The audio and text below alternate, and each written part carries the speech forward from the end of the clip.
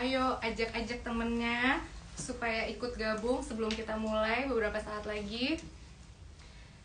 Ayo, masih ditunggu. Sebentar lagi kita akan mulai. Halo, Mentari. Halo, selamat datang yang sudah bergabung. Oke, Assalamualaikum warahmatullahi wabarakatuh. Selamat malam kawan raya yang mungkin sekarang sedang santai di rumah, yang masih terjebak macet nih di jalan, atau mungkin sekarang masih di kantor kali ya, lembur gitu. Nah, pada kesempatan kali ini, saya Roro akan menemani kawan raya dalam acara Inspiraya yang tentunya selalu hadir setiap hari Kamis pukul 18.30. Oke, mungkin kalau biasanya nih di Inspiraya kita ngobrol-ngobrol seputar gig ekonomi ya. Nah, kali ini kita mungkin agak sedikit berbeda dari biasanya. Mumpung masih awal tahun, kita akan coba untuk mengangkat tema melangkah pasti di 2023 dengan pengelolaan keuangan dan investasi anti stres. Oke. Episode kali ini mungkin cukup spesial karena kita juga kali ini akan berkolaborasi bersama dengan BRI Dana Reksa yang tentunya akan membahas topik-topik menarik seputar investasi dan pengelolaan keuangan yang tepat agar resolusi awal tahun 2023 dapat terrealisasi di tengah turbulensi keadaan ekonomi global dan isu-isu yang terus berkembang nih. Oke, pada malam hari ini tentunya kita akan berbincang-bincang dengan para pakar yang sudah sangat ahli tentunya, yaitu yang telah hadir bersama saya di studio. Salah satunya adalah Mbak Dian Panca Permatasari. Beliau ini adalah Kepala Divisi Treasury Bank Raya. Oke, halo Mbak Dian, selamat datang. Halo. Cantik sekali Mbak Dian. Halo. Nih kita mungkin Mbak Dian bisa sapa-sapa dulu nih kawan raya yang ada lagi nonton live sekarang nih ya. Coba kita sapa dulu kawan rayanya. Makasih Mbak Roro Iya. udah mengundang saya di sini. Selamat malam kawan raya semuanya. Halo. Halo yang udah join. Terima kasih. Oke, baik Mbak Dian. Oke, tentunya kami juga mengundang seorang trading and investment specialist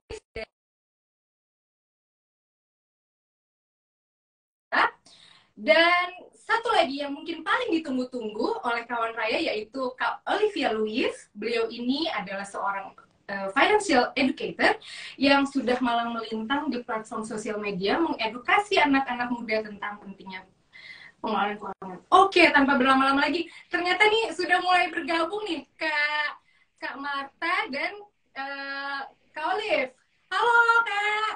Hai. Halo. Halo, Selamat selamat malam. malam. Apa kabar nih? Baik. Baik. Oke nih, mungkin Alhamdulillah baik. dimulai dari Kak Marta dulu Kak. Kak Marta coba sapa-sapa dulu nih kawan raya yang lagi nonton kita nih sekarang. Halo kawan raya, salam Oke. kenal. Nah, sekarang coba Kak Olive. Coba disapa-sapa Halo. dulu nih. Halo, selamat malam kawan raya. Salam kenal. Terima kasih ya sudah join hari ini. Semoga kita bisa belajar bareng-bareng ya. Oke. Nah, mungkin ini sebelum bincang-bincangnya kita mulai, saya mau mengingatkan dulu untuk para kawan raya yang mungkin mau bertanya langsung kepada pembicara kita, mungkin bisa langsung aja tulis di kolom komentar pertanyaannya. Nanti pada akhir sesi akan saya bacakan pertanyaannya. Oke. Mungkin di awal nih saya mau mulai bincang-bincangnya ke Mas Marta dulu ya. Oke nih, Mas Marta, kawan raya nih di sini kan mungkin banyak yang masih awam ya, dan belum kenal betul apa yang disebut dengan instrumen investasi gitu. Nah, jadi boleh nggak nih Mas dijelaskan apa aja sih instrumen investasi itu? Iya. Ya, terima kasih Mbak Roro. Ya, sebenarnya instrumen investasi itu ada dua ya, yaitu instrumen investasi keuangan dan juga instrumen investasi non keuangan. Nah, instrumen investasi keuangan itu terdiri dari deposito ya, yang mana memiliki tingkat risiko yang sangat rendah dan lebih cocok biasanya untuk investor yang memiliki profil risiko yang sangat konservatif. Lalu ada reksadana ya, yang mana adalah wadah untuk menghimpun dana masyarakat yang dikelola oleh fund manager ya, yang terverifikasi dan terdaftar di OJK ya, untuk mengelola dana dan diinvestasikan ke instrumen-instrumen keuangan seperti saham ya, lalu obligasi dan juga pasar uang. Dan tentunya reksadana ini memiliki tingkat resiko yang berbeda-beda ya, atau variatif ya, karena instrumen-instrumen investasi yang dikelola itu berbeda-beda. Ada reksadana saham, ada reksadana pendapatan tetap ya, ada reksadana campuran, dan juga ada reksadana pasar uang.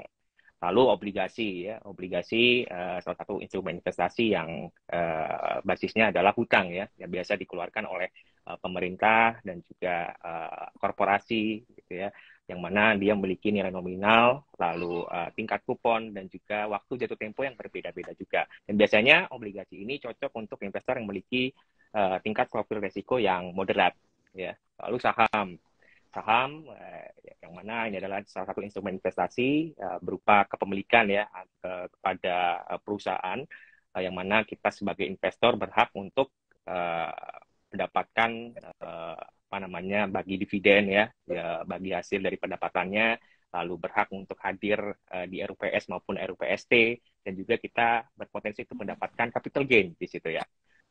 Instrumen saham ini juga memiliki tingkat resiko yang tinggi juga ya, karena seiring dengan perubahan harga yang terus fluktuatif ya setiap harinya. Lalu instrumen keuangan, yaitu ada emas ya mungkin ya, karena emas adalah salah satu instrumen safe haven ya bisa disebutnya. Banyak investor yang mungkin mulai beralih ke emas ya dengan kondisi saat ini, sehingga membuat harga emas akhir-akhir ini juga kembali meningkat.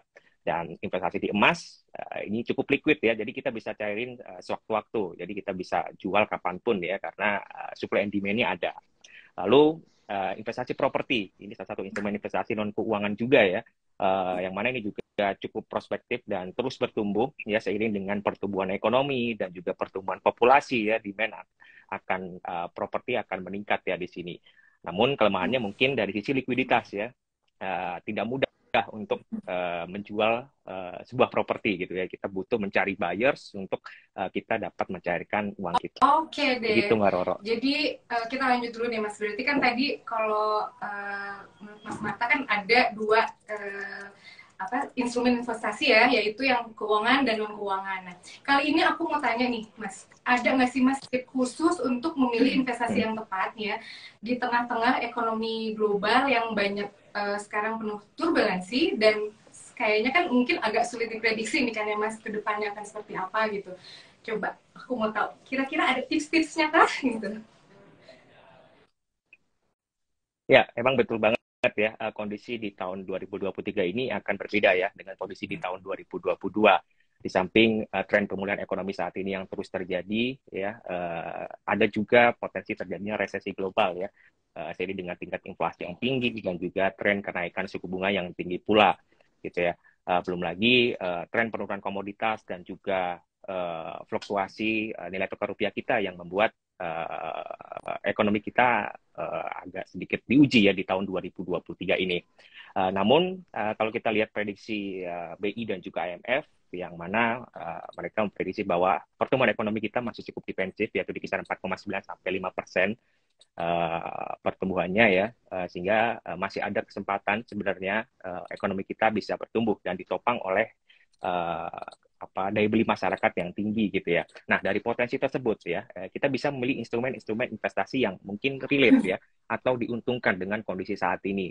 Mungkin seperti emas tadi ya, ketika terjadinya resesi ya, emas menjadi safe haven ya, sehingga semua orang atau investor ya, ini beralih ya dari aset-aset yang berisiko ke aset-aset yang lebih aman gitu ya, salah satunya emas. Dan terbukti selama seminggu terakhir ya, emas selalu naik. Dan kalau kita lihat sama mungkin beberapa bulan terakhir sampai November ya, dan sampai dengan hari ini ya, peningkatannya cukup lumayan dari 1.600 ke 1.880 US dollar ya per troy ounce ya. Jadi ini membuktikan bahwa emas saat ini sedang prospektif. Selanjutnya mungkin reksadana Namun lebih spesifik mungkin reksadana pasar uang dan juga reksadana pendapatan tetap. Ya, kenapa? Karena seiring dengan tren kenaikan suku bunga, maka instrumen pasar uang harusnya ini akan mengalami pertumbuhan gitu ya. Kupon obligasi tentu akan adjust ya, dia akan naik ya, apalagi obligasi-obligasi yang sifatnya floating gitu ya, apalagi floating in floor gitu ya. Jadi ini juga akan menguntungkan. Lalu untuk saham ya mungkin kita lebih menganalisa lebih dalam lagi ya, karena memang kita harus pilih sektor-sektor yang benar-benar diuntungkan ya dengan kondisi saat ini, atau paling tidak cukup defensif ya dengan kondisi saat ini. Misalnya sektor consumer, atau mungkin sektor telco, dan juga mungkin sektor banking. Oke deh Begitu, kalau Mbak gitu. Mungkin terima kasih Mas atas tips-tipsnya nih. Mungkin sekarang aku mau lanjut dulu ke Kak Olive ya. Nah, halo Kak. Hai. Bung, menyambung pembahasan dengan Mas Marta. Maaf. Kalau tadi kan Mas Marta menjelaskan soal tips-tips memilih investasi yang tepat nih ya. Nah, misal nih pemilihan investasinya sudah tepat nih ya Kak. Tapi kan di tengah-tengah kan kadang-kadang kan kita anak muda banyak yang suka ke distract, akhirnya jadinya beli ini, beli itulah gitu. Nah, aku mau tanya nih Kak, gimana caranya Kak supaya kita tuh bisa jadi lebih disiplin dalam pengelolaan keuangan, biar rencana-rencana investasi dan resolusi yang tadi kita udah bikin di awal tuh bisa terrealisasi gitu. Oke, yang paling pertama kita harus tahu dulu ya, kalau perencanaan keuangan itu ibarat kayak kita bangun rumah gitu ya. Bangun rumah kita nggak mungkin langsung atap, pasti kan fondasinya dulu. Fondasinya harus kuat nih supaya tahan sama goncangan. Nah, kalau fondasi dari perencanaan keuangan tuh kita bisa pakai acuan yang namanya piramida keuangan. Fondasinya itu apa? Yang pertama adalah manajemen cash flow. Jadi teman-teman, manajemen cash flow-nya harus dibenerin dulu. Yang paling gampangnya apa? Pengeluaran itu lebih rendah daripada pendapatan. Itu dulu. Kalau pengeluaran sudah lebih rendah daripada pendapatan, artinya punya sisa kan? Sisanya dikemanakan sih? Apakah investasi dulu atau dana darurat dulu? Mau kawan raya umurnya berapapun, step selanjutnya dari fondasi keuangan itu adalah proteksi. Proteksi di sini adalah dana darurat ya. Jadi dana darurat dulu, jangan langsung lompat ke investasi gitu ya. Karena dana darurat ini sifatnya kalau kita ada keadaan darurat, minimal kita punya safety net ya. Mau keadaan ekonomi sedang baik atau buruk, safety net ini sangat berguna untuk kita. Kalau kita langsung lompat ke investasi dulu, takutnya apalagi nih kawan raya yang suka investasi di instrumen yang agresif. Iya, kalau misalnya instrumennya lagi naik, kalau lagi turun gimana? Kalau tiba-tiba butuh uang, katakanlah misalnya ada orang tua sakit atau tiba-tiba rumah kebanjiran, akhirnya nanti kawan raya hanya menjual misalnya nih saham-saham yang kawan raya miliki di harga yang kawan raya tidak inginkan gitu ya. Harusnya beli malah jualan gara-gara butuh uang karena keadaan darurat. Itu dulu sih fondasinya. Nah, gimana supaya bisa disiplin? Yang pertama set goal-nya dulu. Kawan raya nggak usah muluk-muluk deh punya set goal, misalnya financial goals yang angkanya gede-gede atau dana pensiun. Set goal aja dulu untuk tujuan finansial yang jangka pendek atau jangka menengah. Misalnya untuk apa? Pergi liburan. Bisa nggak? Komitmen. Untuk sisihin saving atau investasi untuk dana liburan ke akhir tahun gitu ya. Terus yang kedua jangan lupa ya bikin budgeting plan. Budgeting plan ini tuh penting banget supaya kawan raya bisa tahu mana prioritas kawan raya setiap bulannya gitu ya. Nanti bisa ketahuan di sini kira-kira bagian mana pos-pos mana yang bisa bocor. Nah, kalau posnya bisa bocor artinya bisa dievaluasi alias efisiensi gitu. Oke, Kak Olive. Berarti nih yang harus diprioritaskan itu kan artinya si dana daruratnya dulu nih ya, betul. Kak? Nah, ya, betul. Kalau misalkan kiat-kiatnya supaya kadang-kadang kan kita, aduh gimana nih ya biar punya dana darurat gitu. Kiat-kiatnya supaya kita bisa ngumpulin dana daruratnya dulu gitu. Atau misalkan caranya kira-kira, Kak? Ada nggak kiat-kiat? Ya, kiat-kiatnya udah pasti tadi bikin budgeting plan. Pos untuk savingnya itu dimasukin juga ke dalamnya. Artinya apa? Kalau kamu nggak punya dana darurat, berarti tujuan finansial kamu pertama kali adalah memenuhi dana darurat. Ya kan? Okay. Jangan lompat ke investasi dulu. Dari mana datangnya? Dari pendapatan kamu. 10-20% pendapatan kamu bisa kamu kejar dana daruratnya dulu maksimal 3 kali pengeluaran gitu. Mindsetnya dulu nih yang dipikirin ya, habitnya dulu yang dibangun gitu. Oke, jadi gitu ya kawan Raya, harus mindsetnya dulu dirubah, harus dirubah mindsetnya supaya kita harus ngumpulin yang namanya dana darurat dulu, betul kan Kak? Betul. Ya. Oke, sekarang mungkin kita mau ajak kawan Raya nih, mungkin ada yang udah mulai mau bertanya, silahkan yang mau bertanya langsung tulis komen di bawah, nanti kita bacakan. Apa sudah ada? Belum? Oke, mungkin sambil menunggu kawan Raya yang bertanya, kita lanjut dulu ya. Nah, ini aku mau balik lagi nih ke Mas Marta nih ya. Jadi kan ini rata-rata kawan Raya di sini kan pasti banyaknya anak muda yang sedang meniti karirnya, Mas, dan sedang merencanakan masa depan nih. Permasalahannya mungkin banyak yang kesulitan untuk mengalokasikan budget gitu. Yang tadi juga mungkin sudah disinggung oleh Kak Olive ya. Nah, nah untuk ini gimana sih, ada nggak gimana caranya nih anak-anak muda sekarang bisa mengalokasikan kiat-kiatnya ya untuk mengalokasikan dana investasi jangka panjang gitu, karena kayaknya investasi jangka panjang juga kan selain yang tadi sudah dibahas juga sepertinya penting gitu kan Kak. Jadi gimana nih Kak supaya anak-anak muda nih tetap masih bisa investasi jangka panjang gitu. Ya, oke. Menurut saya sebelum investasi ada baiknya kita mempunyai tujuan terlebih dahulu. Kita setting goals-nya, betul ya tadi ya yang dikatakan Mbak Olive, setting goals-nya terlebih dahulu, mau itu jangka pendek atau jangka panjang ya, sehingga sebisa mungkin kita sisihkan ya sebagian dari pendapatan kita, entah itu 10% atau 20% ke instrumen investasi yang sesuai dengan imbal hasil yang kita inginkan gitu ya. Dan saat ini juga instrumen investasi cukup mudah dan terjangkau ya. Mungkin dengan modal 100.000 saja teman-teman sudah bisa bertransaksi saham ya, sudah bisa buka RDN gitu ya. Selain itu juga dengan uang 100.000 teman-teman juga bisa beli reksadana ya. Membelikan reksadana juga ada yang minimum 100.000. Lalu mungkin teman-teman jika ingin membeli obligasi ada juga yang minimum pembeliannya 1 juta ya daripada instrumen obligasi yang dikeluarkan oleh pemerintah. Jadi menurut saya sih tidak ada alasan ya untuk tidak berinvestasi ya, asal ada kemauan dan juga tujuan investasi yang jelas. Begitu Mbak Ros. Oke nih, sekarang kan tadi sudah kita bahas soal investasi nih, sekarang aku mau lanjut ke Mbak Dian dulu nih ya. Oke, Mbak Dian tadi kan nih setelah tips-tips investasi dari Mas Marta dan Kak Olive, aku mau tanya nih, kalau dari sudut pandangnya Mbak Dian, ini gimana caranya mengelola keuangan sehari-hari kita supaya sehat gitu keuangannya ya. Dan mayoritas anak-anak muda kan kebanyakan inginnya kayak independen secara finansial gitu. Nah, tapi pengen independen secara finansial tapi tetap masih bisa menikmati hidup. Gimana tuh kira-kira caranya?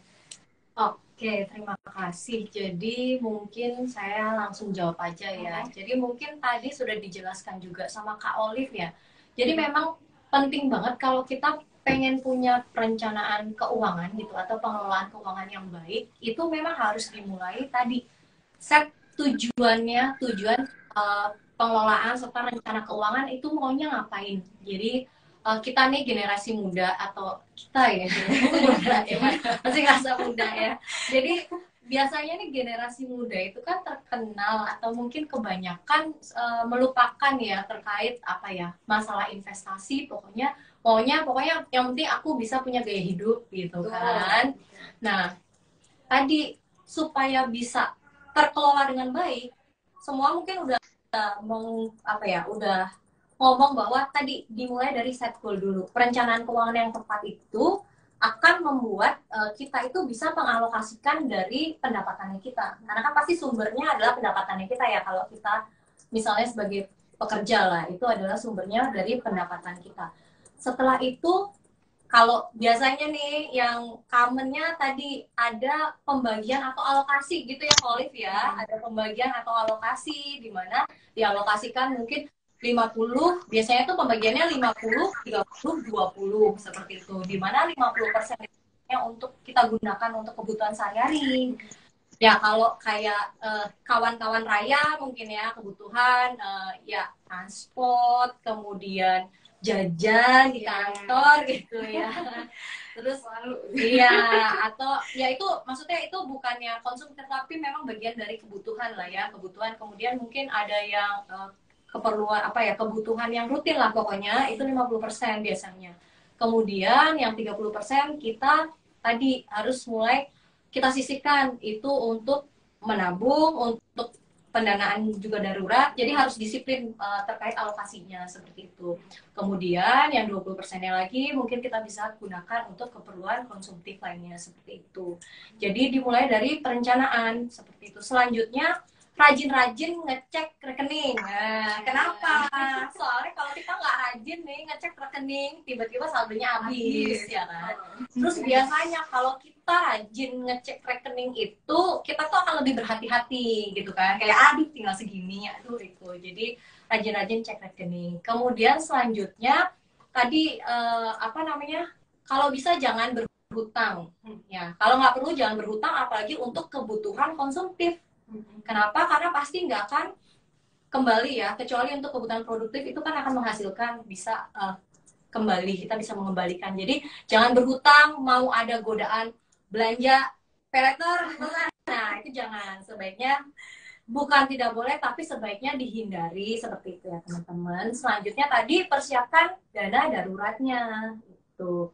Nah dana darurat itu memang kalau biasanya rata-rata nih kalau mau aman, semakin banyak apa ya, semakin banyak fondasi dana darurat nih, itu akan semakin lebih tenang lah ya. Jadi kalau kayak yang single itu mungkin bisa dana daruratnya itu sekitar 6 kali dari kebutuhan rutin. Artinya punya 6, jadi untuk 6 bulan ke depan kebutuhan rutin itu bisa tetap terpenuhi gitu. Atau mungkin kalau yang sudah berkeluarga harusnya buffer itu lebih tebel lagi gitu. Jadi mungkin harus punya sampai dengan 1 tahun ke depan seperti itu untuk mengcover kebutuhan rutin seperti itu. Mungkin kurang lebihnya seperti itu. Oh, oke. Nah, mungkin teman-teman kawan Raya nih bisa kebantu juga dengan aplikasi Raya ya tentunya untuk mengalokasikan dananya, karena di situ kita juga ada yang namanya kita sebut saku-saku. Di situ kita bisa alokasi budget juga. Betul, ya kan? benar banget. Itu membantu banget ya si membantu.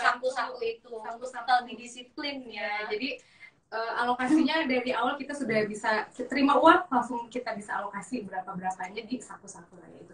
Nah, buat kawan Raya yang belum punya tabungan Raya, silahkan langsung masuk dulu ke profil Raya, lalu di situ kita langsung bisa download aplikasi Raya. Oke, kita lanjut lagi ke pertanyaannya. Oh, di sini sudah ada pertanyaan dari teman-teman nih ternyata. Dari @Deden Rahma. Ini pertanyaannya untuk Kak Olive. Nah, Kak mau nanya nih, baiknya kita lunasin hutang KPR dulu atau investasi? Oke. Gimana nih? Pertanyaannya bagus banget. Yeah. Pertanyaannya bagus banget. Jadi sebenarnya gini, kalau bunganya itu lebih tinggi dari return investasi kamu, harusnya selesaiin dulu hutang yang punya bunga tinggi. Tapi masalahnya KPR itu kan butuh uang yang lumayan besar ya. Kalau langsung dilunasin, kalau semua orang bisa beli secara lunas, kenapa nggak beli aja lunas gitu, kenapa harus KPR gitu. Jadi pasti kan ada keterbatasan. Maka gimana sih Kak caranya supaya kita bisa lunasin secara cepat gitu aja ya kalau kita belum punya uangnya. Nah biasanya kalau teman-teman Bang Raya kan biasanya suka punya THR atau juga punya bonus tahunan. Coba deh disisihin langsung gitu ya 20%, minimal bayar pokok dari hutang KPR-nya aja dulu, karena ini bisa membantu mengurangi cicilan setiap bulannya dan juga atau membantu tenornya menjadi lebih pendek.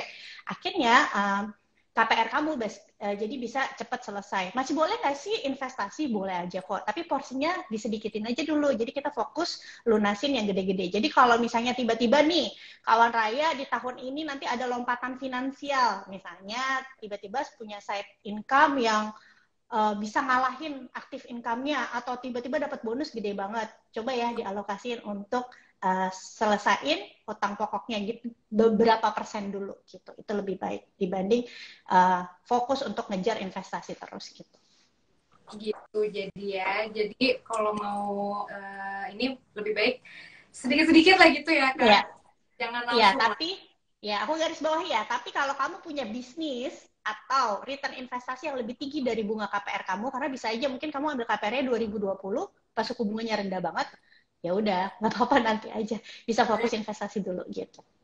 Oke deh, Kak Olive. Nah, ini ada pertanyaan untuk Kak Marta dari Cindy Aulia.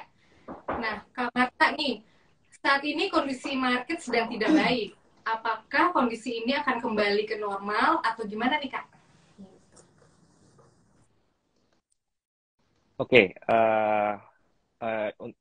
di tim investasi kita juga sudah keluarin outlook ya sebenarnya ya, untuk terkait market ini ya, mungkin di fase pertama ya, hingga mungkin sampai semester pertama, market kita akan banyak cobaan gitu ya. Ya, tadi yang seperti saya bilang, ada potensi resesi, tren kenaikan suku bunga ya, pelambatan ekonomi ini membuat market kita sedikit terganggu, dan mungkin nanti di semester kedua ya, ini akan pullback ya, market harusnya ya, seiring dengan meningkatnya daya beli masyarakat ya, seiring dengan pertumbuhan upah dan juga belanja politik ya, yang akan diselenggarakan segera di tahun 2024, sehingga ini menopang daya beli masyarakat akan meningkat. Dan menurut kami titik baliknya mungkin akan terjadi di saat masuki bulan Ramadan, Mbak Roro ya, mungkin di sana market akan mulai turn back dan juga mulai melanjutkan rally-nya. Dan di situ mungkin kita bisa jadikan peluang ya untuk entry kalau misalnya teman-teman ingin berinvestasi saham. Namun tentunya ya tadi ya, sektor-sektor, kita pilih sektor-sektor yang memang benar-benar defensif ya, atau relate dengan kondisi saat ini, seperti consumer ya, lalu telco dan juga Oke deh, begitu. Mas Marta. Mungkin sekarang aku lanjut dulu pertanyaan untuk Mbak Dian lagi ya. Oke nih, lanjut dulu ya Mbak Dian. Jadi aku nih sekarang mau bahas untuk para pelaku usaha dan gig worker nih ya Mbak. Tentunya kan mungkin sekarang banyak dari kita dan para pekerja gig worker ini yang punya resolusi untuk buka usaha baru atau ekspansi usaha. Nah, tapi balik lagi nih, seringnya pengelolaan keuangan masih kecampur-campur nih Mbak, antara keuangan pribadi dan usaha gitu. Jadi gimana caranya supaya cash flow usaha tetap lancar tapi tanpa mengganggu keuangan pribadi gitu, gimana kira-kira? Biasanya sih ya, kalau ya memang mungkin banyak lah ya pelaku gig worker itu tadi ya kecampur-campur, nggak bisa mengidentifikasi ini tuh yang mana yang dari hasil usaha atau mana yang keluar untuk usaha gitu ya. Nah, tipsnya itu tadi sih, salah satunya bisa pakai saku-sakuan, dipisah-pisahin. Saku-saku lagi ya. Jadi memang kita bisa disiplin memisahkan yang mana itu untuk pengeluaran pribadi, yang mana untuk pengeluaran usaha, dan itu memang harus kita catat secara rutin supaya itu benar-benar tahu. Jadi kita juga dengan kita mencatat secara rutin pengeluaran tadi ya, dipisahkan antara pengeluaran usaha dan juga pengeluaran untuk pribadi, kita juga bisa menghitung berapa sebenarnya profit dari usaha kita sendiri. Dan apabila nantinya akan ada kelebihan profit gitu, itu yang bisa kita sisihkan juga. Kalau biasanya tuh disebutnya crypto mungkin ya, untuk kita sisihkan untuk keperluan pribadi. Tapi ya karena kita memang intensinya mau usaha, ya harusnya nggak semuanya kelebihan tadi kita kita pakai untuk keperluan. Ada yang harus kita investasikan ulang ke usaha tersebut supaya usahanya pun juga tumbuh. Dan pasti ya tadi jangan lupa saku-saku itu benar-benar membantu loh, dipisahkan. Bisa pakai yang picture mungkin saku budget, kita bisa tahu ya kan, ada saku budget, betul, ada segala macam di situ, kita bisa lihat aja, cek di aplikasi Raya ya. Oke, lanjut lagi nih, terakhir nih ke Mbak Dian ya, pertanyaan terakhir aku ke Mbak Dian. Nah, tadi kan aku sempat sebelum-sebelumnya singgung soal keadaan ekonomi global yang fluktuatif nih Mbak. Nah, ada tipsnya kah supaya kita mengelola keuangan supaya lebih resilient? Tipsnya mungkin yang pertama kita harus punya, masing-masing dari kita harus punya yang namanya mungkin namanya asuransi untuk mengcover apabila terjadi sesuatu. Karena kenapa? Dengan adanya kita punya asuransi, itu tuh nggak akan mengganggu cash flow-nya kita, seperti itu, nggak akan mengganggu cash flow-nya kita. Dan juga misalnya tadi kita keadaan darurat keadaan yang tidak terduga tadi bukan di cover dari ngambil tabungan. Karena kalau kita ngambil tabungan juga kan pasti kita ketika menabung itu kita ada tujuannya ya, Nah, tujuan kita bakal jadi lama lagi nih nyampainya. Mungkin itu yang pertama.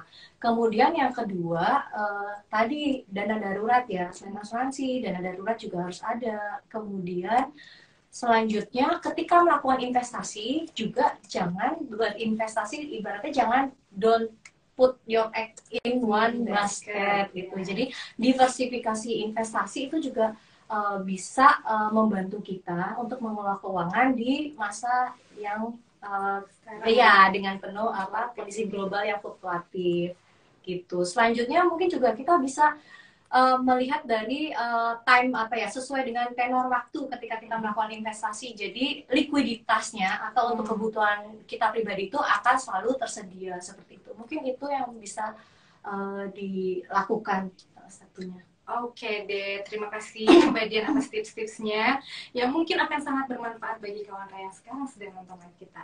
Oke nih, aku mau masuk ke pertanyaan terakhir untuk Kak Olive. Nah, jadi nih pertanyaan terakhir dari aku, mungkin salah satu pertanyaan yang ditanya juga sama kawan Raya di sini ya tentunya. Ini aku mau sedikit tanya soal investasi sahamnya, Kak. Nah, kira-kira ada nggak sih Kak tips-tipsnya supaya investasi saham bisa mencapai return? Dan investasi saham apa yang cocok khususnya untuk para gig worker?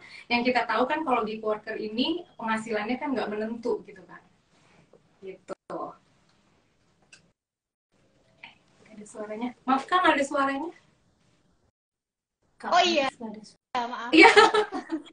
Tadi saya ada anakku masuk. Oh iya. Oke. Jadi udah pasti kita kalau mau investasi saham itu kan tujuannya jangka panjang, maka belilah perusahaan yang memang berfundamental baik. Tapi perusahaan fundamental baik aja itu nggak cukup nih kawan Raya. Kita harus ada lagi yang namanya valuasi. Jadi jangan membeli perusahaan yang berfundamental baik ketika valuasinya sedang mahal. Akhirnya nggak kasih cuan, malah kasih kerugian aja. Jadi kita harus perhatiin lagi valuasinya. Karena banyak perusahaan yang berfundamental baik itu valuasinya tuh terlampau premium.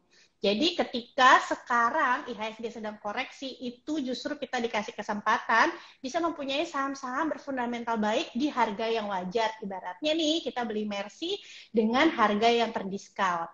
Nah, dari selama 2018 nih aku perhatiin, apalagi 2 tahun belakangan ini, maksudnya dari 2022 sampai saat ini, IHSG itu agak sulit ya kita cari return. Nah, efek sosial media, kita harus perhatiin nih, kurang-kurangin ya herding behavior. Herding behavior tuh adalah ketika kita membeli sebuah saham karena ikutan kata-kata orang lain. Jangan percaya sama siapapun di market, termasuk sama aku. Jadi daripada teman-teman bertanya sama influencer saham apa yang harus dibeli, lebih baik tanya bagaimana cara menganalisanya. Kenapa? Karena money management setiap orang itu berbeda. Ketika aku membeli saham ABCD, harga nominalnya 100 juta, harus tahu, kalian nggak tahu kan 100 juta itu berapa persen dari total aset aku. Sedangkan kalau kalian langsung ikut-ikutan beli 100 juta, tapi 100 jutanya itu semua uang kalian, disitulah kehancuran bisa tiba gitu ya. Jadi resiko setiap orang itu berbeda-beda gitu ya. Yang selanjutnya ya volatilitas di market itu, apalagi untuk instrumen yang agresif itu memang akan selalu terjadi. Tapi ya Peter Lynch, Warren Buffett bilang jadikanlah volatilitas di market itu kawan kita untuk mendapatkan saham-saham yang baik di harga yang wajar. Yang terakhir nih, kalau investasi untuk investor yang gig ekonomi gitu ya, penghasilannya nggak tetap. Sebenarnya menentukan instrumen investasi atau saham itu nggak tergantung sama pendapatan kamu berapa besarnya atau apakah kamu punya pendapatan tetap atau tidak. Ada kok orang yang punya gaji tetap puluhan juta tapi nggak punya alokasi buat investasi gitu ya. Jadi yang paling penting adalah mindset untuk komitmen berapa yang bisa kamu sisihkan setiap bulan. Yang paling penting itu menentukan saham mana yang kamu pilih. Mungkin kalau untuk saham ya, konteksnya saham, sesuai dengan risk profile kamu. Jadi kalau kamu risk profile-nya ini untuk saham ya konservatif, pilihlah perusahaan-perusahaan yang market cap-nya besar. Contohnya misalnya kayak tadi Mas Marta udah ngomong perbankan dan juga consumer good. Karena perbankan ini memang dari puluhan tahun itu cenderung bertumbuh dari tahun ke tahun kinerjanya ya, dan perbankan ini sudah melewati berkali-kali resesi ekonomi, dan kita bisa lihat harga sahamnya tetap bisa kembali lagi ke tingkat tertingginya seperti itu. Kalau yang moderat ya bisa second liner. Kalau instrumen investasi gimana? Ya udah sesuai risk profile. Kalau teman-teman tipenya yang konservatif bisa pilihnya reksadana pasar uang atau deposito. Kalau yang moderat bisa reksadana pendapatan tetap atau emas atau obligasi pemerintah gitu ya. Kalau teman-teman yang agresif bisa pilih saham, dan ingat diversifikasi. Tadi Mbak Dian juga udah bilang. Jadi kalau saham jangan saham semua, minimal 30% gitu atau sebagian kecilnya ditaruh di instrumen lain yang lebih konservatif seperti itu. Oke, terima kasih Kak Olive atas penjelasannya. Jadi kawan Raya, ingat untuk investasi mesti dikenali dulu resikonya masing-masing. Ya. Jadi pilih yang mana biar nggak salah pilih gitu ya. Mungkin, oke, sekarang kita balik lagi ke pertanyaan. Ada pertanyaan lagi? Oke, mungkin sudah selesai pertanyaan-pertanyaan yang tadi juga sudah dibacakan. Oke, sekarang berarti sudah di penghujung acara. Terima kasih kawan Raya yang sudah mantengin kita dari jam 18.30 tadi sampai dengan sekarang. Semoga bincang-bincang kita kali ini akan membawa manfaat, khususnya untuk kawan Raya semua yang nonton dari tadi ya. Dan terima kasih banyak juga untuk pembicara yang luar biasa di sini. Ada Mbak Dian, terima kasih banyak Mbak Dian. Dan juga Mas Marta, terima kasih banyak sudah ikut bergabung di sini. Dan tentunya Kak Olive, terima kasih sudah Sama-sama. waktu dengan kita. Semoga nggak kapok ya semuanya untuk dipanggil di Inspiraya yang selanjutnya untuk sharing-sharing di episode yang lainnya. Oke, akhir kata saya Roro undur diri dulu dari Inspiraya episode kali ini. Semoga kita bisa bincang-bincang lagi di kesempatan yang lainnya. Wabillahi taufiq wal hidayah. Wassalamualaikum warahmatullahi wabarakatuh. Selamat malam. Salam satu Raya. Raya, Raya. Terima kasih. Terima kasih. Terima kasih. Bye, Mbak Dian. Ya, sama-sama. Bye.